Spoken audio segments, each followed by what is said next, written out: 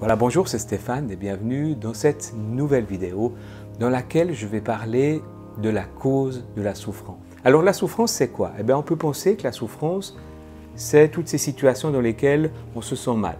C'est-à-dire, on perd son travail, on a un conjoint qui nous ennuie, on a une situation financière désagréable, ça peut être la maladie, ça peut être des douleurs physiques qu'on ressent tous les jours. Voilà, on peut penser que ça, c'est la souffrance.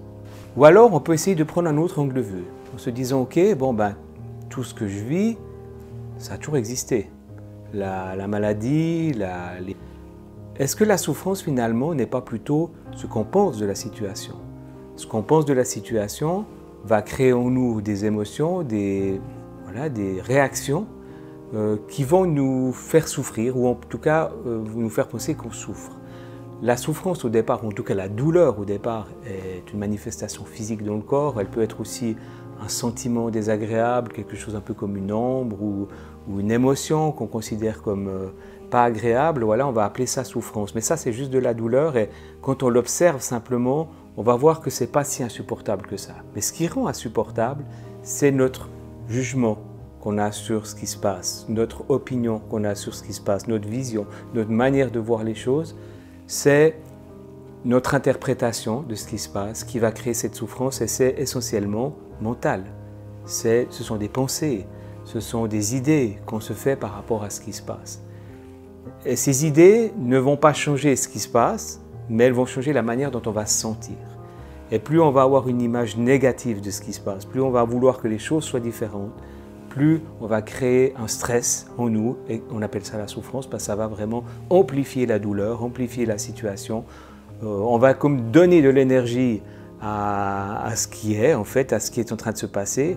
Et ce qui est en train de se passer, on ne peut pas le changer. Et donc, c'est un peu ridicule de vouloir que les choses soient différentes alors qu'elles sont déjà passées, et de voir que finalement, c'est notre interprétation des faits qui va créer cette souffrance. Alors, est-ce qu'on peut changer notre point de vue? Parce que finalement, peut-être que pour se libérer de la souffrance, peut-être qu'il faut simplement changer de point de vue sur la situation. Alors, je vais faire une vidéo là-dessus d'ailleurs, comment changer de point de vue. Est-ce que c'est possible ou pas déjà? Parce que ce n'est pas évident. Mais avant, j'aimerais préciser une petite chose. Je pense que nous avons oublié ce que nous sommes vraiment. Je pense que nous avons oublié notre vraie nature.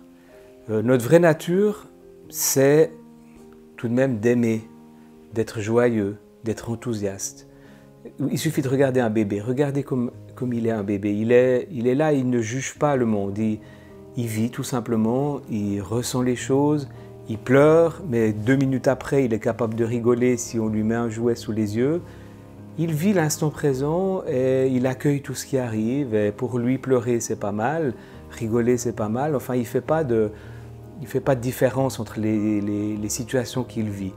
Et puis peu à peu, c'est vrai qu'au fur et à mesure que l'enfant grandit, prend une personnalité et va commencer à interpréter, interpréter les choses et puis il va commencer à connaître ce qu'on appelle la souffrance. Mais ce n'est pas forcément notre vraie nature. Quand on arrive, notre nature, c'est d'être souriant et de vivre les choses, tout simplement.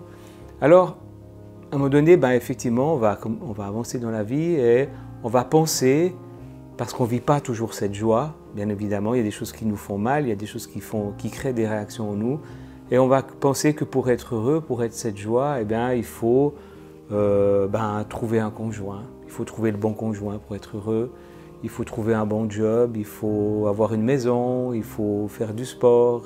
Il y a toutes sortes de conditions qui nous font croire que pour ne pas souffrir, il faut faire quelque chose, il faut trouver quelque chose. C'est toujours dans le futur qu'on aura quelque chose qui va arrêter de nous faire souffrir et puis finalement on se rend compte que ce n'est pas le cas.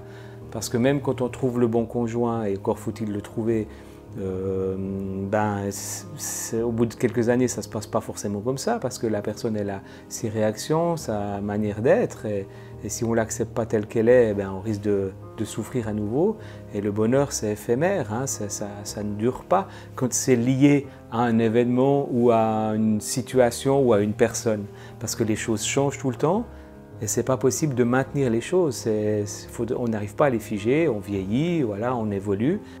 Alors la difficulté, c'est que de croire qu'on est heureux parce que on fait telle et telle chose parce qu'on a rencontré telle ou telle personne, eh bien, on va donner le pouvoir en quelque sorte à ces différents événements sur notre bonheur, sur notre état naturel qui devrait être la joie. Donc nous sommes la joie et nous pouvons l'expérimenter dans différentes situations. Quand on trouve un conjoint avec lequel on s'entend, on est joyeux. Mais on n'a pas besoin de ça pour être joyeux. Mais ceci nous permet d'expérimenter la joie. Alors ce qui se passe, c'est qu'effectivement quand on ressent ces émotions, la tristesse, la colère, on va avoir un jugement dessus. On va se dire ça c'est pas bien, je me sens pas bien, je me sens mal. J'ai l'impression de ne pas être moi, de ne pas être cet amour finalement qui est là. Je devrais être amour inconditionnel et j'arrive pas parce qu'il y a des choses qui me font du mal, il y a des choses qui me font réagir. Et puis, donc, qui suis-je vraiment? Je ne suis pas quelqu'un de bien, finalement, si je ne suis pas capable d'être tout le temps en amour. Est-ce possible d'être tout le temps en amour sur cette planète où il y a tellement d'événements qui créent des réactions en nous? C'est très difficile, c'est très délicat. Ce qu'on va voir, c'est que les émotions, on les juge. On dit que c'est mal. Et finalement, peut-être que la souffrance, c'est ça aussi. C'est de juger ce qui nous arrive comme étant mal. Est-ce que c'est vraiment mal, une émotion? Pas forcément. Une émotion n'est pas forcément mauvaise, mais elle va réveiller en nous quelque chose, elle va peut-être nous indiquer quelque chose. Il faut l'écouter, il faut la voir.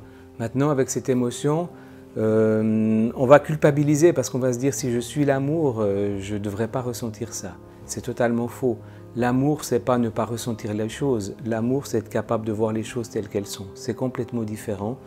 Si je vois les émotions comme une réaction naturelle et humaine, je ne vais plus porter de jugement dessus, je vais l'accepter et ça va se dérouler tout simplement et je vais pouvoir retrouver un peu de paix et je vais arrêter de souffrir. On voit tellement des images de bonheur, de familles heureuses qui sont dans les prés, qui rigolent, qui s'amusent et tout. Et pour les personnes qui souffrent, ça fait mal ça parce qu'elles se disent « mais moi je ne peux pas vivre ça », alors elles culpabilisent. Pourquoi je ne suis pas capable d'être heureux? Eh bien peut-être parce qu'on a un angle de vue par rapport à la souffrance.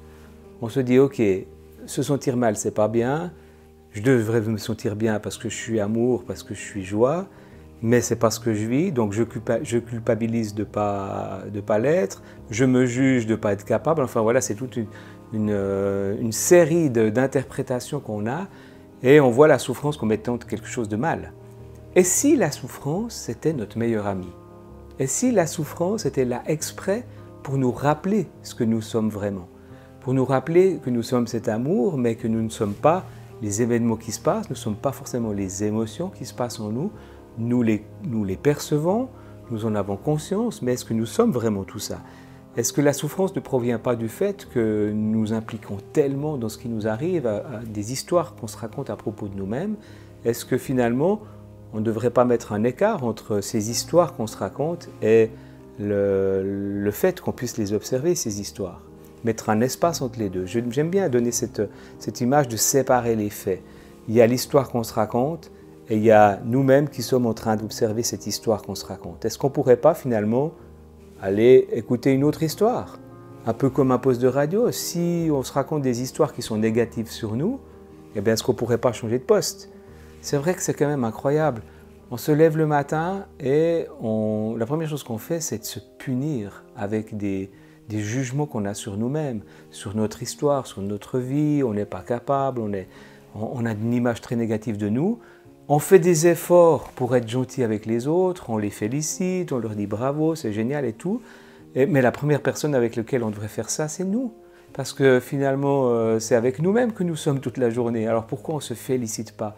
Pourquoi on ne se dit pas, mais tu es génial, tu es quelqu'un de fabuleux, tu peux vraiment être heureux?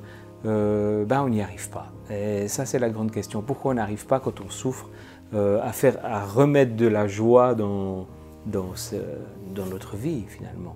Comment est-ce qu'on fait pour échapper à cette souffrance? Est-ce qu'il suffirait de changer d'histoire? Comment on fait ça? Comment on fait? On n'a pas appris à l'école à changer l'histoire qu'on se raconte à propos de nous. Et si la souffrance, finalement, c'était que de penser à des problèmes qui n'existent pas quand on n'y pense pas? Le problème, pour qu'il existe, il faut y réfléchir, il faut y penser. Dès que vous êtes là dans l'instant présent et que vous arrêtez de penser à vos problèmes, il n'y a pas de problème. Et c'est peut-être là la clé. J'en parlerai dans des prochaines vidéos. Bon, cette vidéo servait surtout à voir ce que c'est que la souffrance, comment elle est, comment elle se construit, comment on la crée finalement nous-mêmes, et pour vous donner quelques clés pour aller plus loin. Et dans les prochaines vidéos, je vais aborder d'autres thèmes qui vont creuser encore ce sujet. Voilà, je vous remercie de votre attention et je vous dis à très bientôt pour une prochaine vidéo.